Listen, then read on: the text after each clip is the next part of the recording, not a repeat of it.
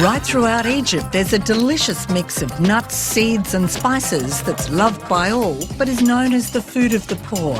The aromatic Dukkah, which is traditionally eaten with bread and oil, is mixed up by most households once a week, or bought ready-made at the market. C'est finish. Oh, thank God.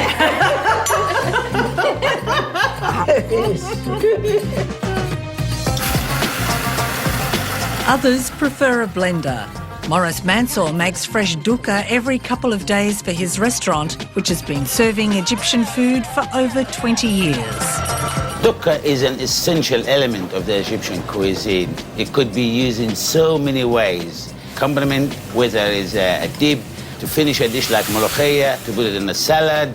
I use it to garnish my falafel, to do my ful. So really, Egyptian cuisine without the Dukkah is not an Egyptian cuisine. Put coriander, the kusheri, pine nuts.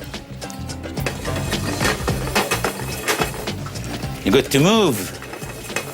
So you're looking for just light golden, eh? That's right. Now we're putting the sesame seed a little bit. Sesame seed doesn't need much. Nice and toasty smelling, isn't it? That's probably about right now. Yeah. Eventually, we'll get there. We put the rest of the ingredient, which is common, the buharat, mixed spices, chili, salt.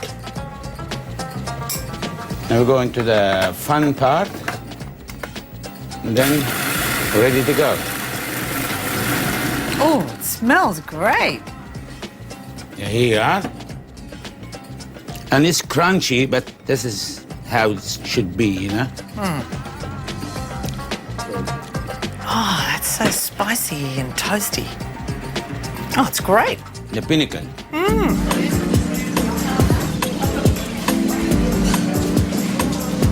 Egyptians love their seafood, a long coastline and rivers full of fish mean some truly amazing dishes.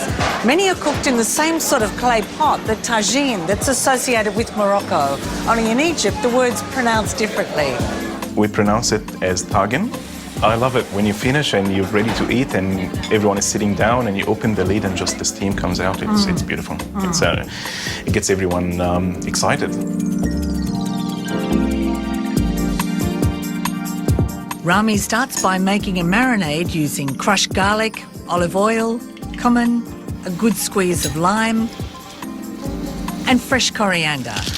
Remember, it's a rustic recipe, so you don't have to go really fine.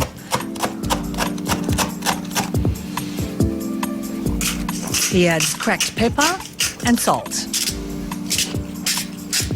Mix it together. That's a perfect marinade for any seafood. Traditionally, you use Nile perch, but I'm using today barramundi because the texture of it holds better in the tagine. Rami also includes calamari and peeled green prawns.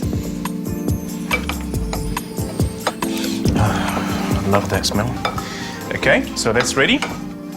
A sauce in which the seafood cooks slowly starts in a blender with tomatoes, chopped celery, a good sprinkle of cumin, and peeled roasted capsicum, including the seeds.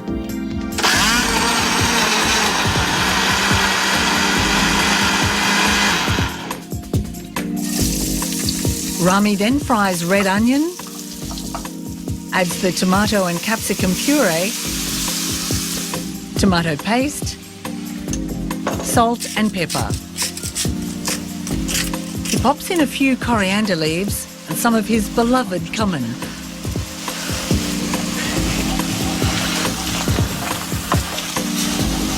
Yeah, that's nice now. Lovely colour. Yeah. Okay, so put some of the sauce on the bottom there. Remember, it has the onions and everything, so add your seafood. Look at that. Rest of the sauce. You want all the fish to be covered. Oh, that would be beautiful. You just need a few minutes just to start it, and then you whack it in the oven. and will go in the oven for about 45 minutes on a medium heat.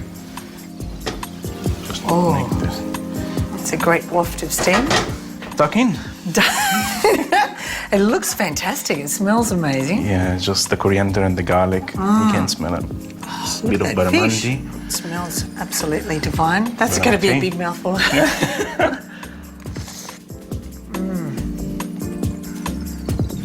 That's so good, isn't it? Yeah. That spicing is fantastic. Thank you. Really yummy. Really good.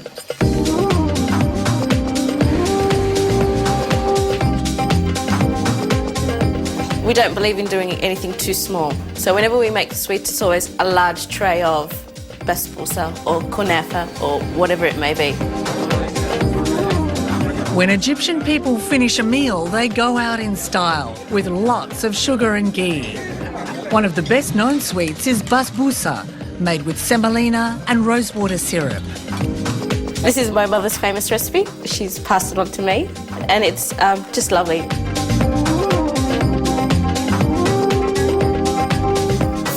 The main ingredient is semolina, a little bit of soft raising flour, sugar, some desiccated coconut, some natural yogurt, just for a bit of creaminess, and some melted butter. So now I know why Basbousa is the lovely golden colour it is. It's got so much butter in it. And hands.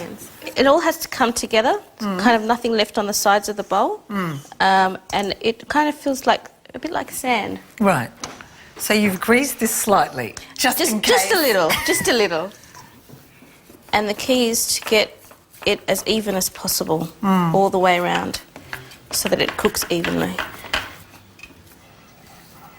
After it's been standing for about half an hour, it's ready to be cut. The classic shape is the diamond shapes. And you're cutting right down. All the way down. And you just pop in an almond in each diamond. Then you just simply pop it in an oven that's been preheated to 180 degrees, fan forced, for 20 minutes. So you make a syrup to pour on top later? Yeah, bring some sugar and water to the boil. Just as about to start bubbling, pop in a few drops of lemon and then about 1 cupful of rose water. Stir just until the sugar dissolves, and then once it dissolves, stop stirring, or else the sugar will start crystallising around the edges. Oh, okay. And how long do you leave the syrup on for? Only about 5 minutes. It'll start to thicken slightly. Yeah.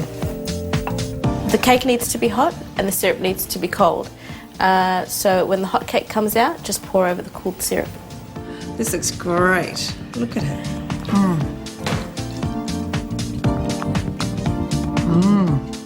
That's really lovely. Very moist and coconutty and Nice crispy top. nice crispy top. On our next safari, the hearty deliciousness of German food. Salt-dusted pretzels, crunchy pork knuckles and a show-stopping Black Forest cake. Join me online now and chat about tonight's episode. It's all right. It's really refreshing. Maybe an aphrodisiac. Really? I don't know. Oh, well, if you're looking at me, maybe not a good example. Oh, I tell you, 7 months pregnant, something's working. I'm not the best example, maybe.